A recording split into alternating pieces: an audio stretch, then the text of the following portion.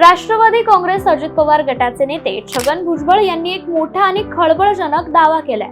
माझ्यासाठी तर ईडी पासून सुटका म्हणजे एक प्रकारे पुनर्जन्मच होता, म्हणून अजित पवारांसोबत गेलो। ईडी पासून सुटका झाल्याने अजित पवार यांच्या बरोबर गेलेल्या सर्वांनी सुटकेचा निश्वास सोडला, असा दावा छगन भुजबळ यांनी 2024 द इलेक्शन डेंट सरप्राइज्ड इंडिया या पुस्तकात याबद्दल नमूद करण्यात आले। त्यामुळे राजकीय वर्तुळात एकच खळबळ उडाली आहे। याबद्दलच आजच्या न्यूज अनकटच्या #राजकारणच्या एपिसोडमध्ये आपण अधिक माहिती घेणार आहोत।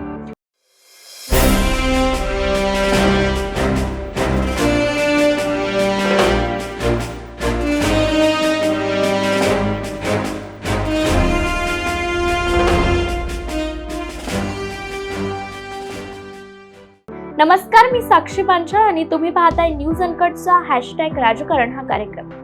ज्येष्ठ पत्रकार राजदीप सरदेसाई यांच्या 2024 द इलेक्शन डेंट सरप्राइज्ड इंडिया या पुस्तकात राजकीय वर्तुळातील अनेक खळबळजनक गोष्टींचा दावा करण्यात आलाय। या पुस्तकात हमारे साथ ईडी है या शीर्षकाखाली राज्यातील राजकारण आणि पक्ष फोडाफोडीच्या राजकारणामागील कथित सत्य नमूद करण्यात आलंय। यात छगन भुजबळ, शरद पवार, अजित पवार, सुनील तटकरे, अनिल देशमुख यासह अनेक नेत्यांच्या नावांचा समावेश आहे। यावर छगन भुजबळ यांनी मुलाखतीत म्हटल्याप्रमाणे या पुस्तकात करण्यात आलेल्या दाव्यानुसार छगन भुजबळ यांनी मुलाखतीत सांगितलं, मी ओबीसी असल्याने केंद्रीय यंत्रणा माझ्या मागे लागल्या होत्या। मी जर उच्च जातीचा असतो तर मला असं वागवलं नसतं। 2-2.5 वर्ष तुरुंगात काढल्यानंतर जामिनावर असताना मला ईडीची पुन्हा नोटीस आली। वयाच्या 75 किती वेळा चौकशांना सामोरं जायचं असा प्रश्न होता। आधीच 100 कोटींच्या आरोपांवर राष्ट्रवादीचे आणखी एक नेते अनिल देशमुख यांना ईडीने अटक केली होती। तुरुंगात असताना भाजपमध्ये सहभागी व्हा तरच सुटका होईल असं अनिल देशमुखांना सांगण्यात आलं होतं। मलाही अशा प्रकारे अडकवण्याचा पुन्हा प्रयत्न सुरूच होता। अजूनही तुरुंगातील दिवस आठवले की माझी झोप उडते। आता या वयातही ईडी माझा पिछा सोडायला काही तयार नाही। मला, अनिल देशमुख आणि नवाब मलिकांना ईडीने अटक केली होती।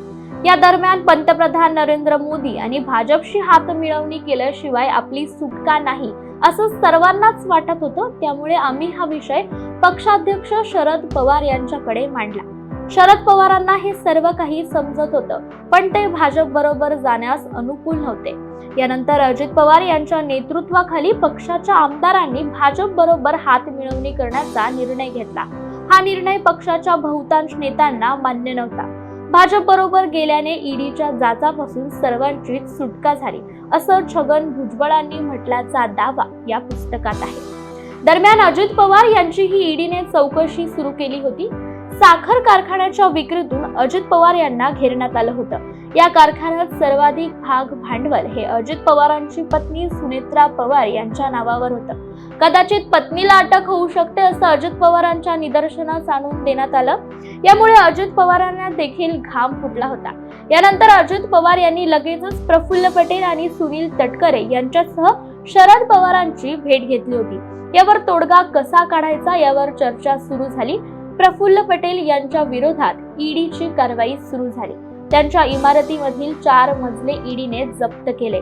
सुनील तटकरे यांचीही ईडी चौकशी करण्यात आली। या तिन्ही नेत्यांनी भाजप बरोबर हातमिळवणी करू अशी भूमिका शरद पवारांकडे मांडली होती। शरद पवारांनी भाजप सोबत जाण्यास नकार दिल्यावर अजित पवार आणि प्रफुल्ल पटेल यांनी भाजपच्या नेत्यांबरोबर वाटाघाटी सुरू केली। भाजप बरोबर हातमिळवणी करण्याच्या बदल्यात ईडीची चौकशी सुरू असलेल्या नेत्यांची प्रकरणे बंद केली जातील, तसंच यासाठी यंत्रणेकडून पाठपुरावा केला जाणार असा दावा सुद्धा या पुस्तकात करण्यात आलाय।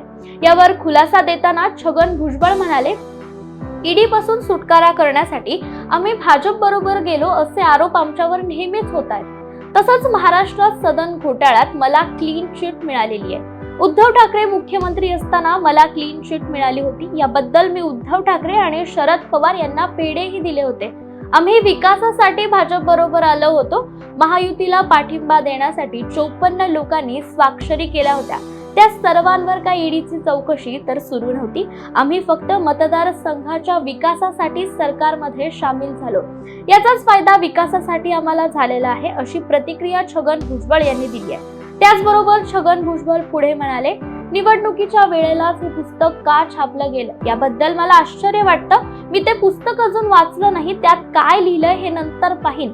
आता सध्या माझं लक्ष प्रचारावर आहे. तसंच आमच्या वकिलांशी सुद्धा मी चर्चा करणार आहे.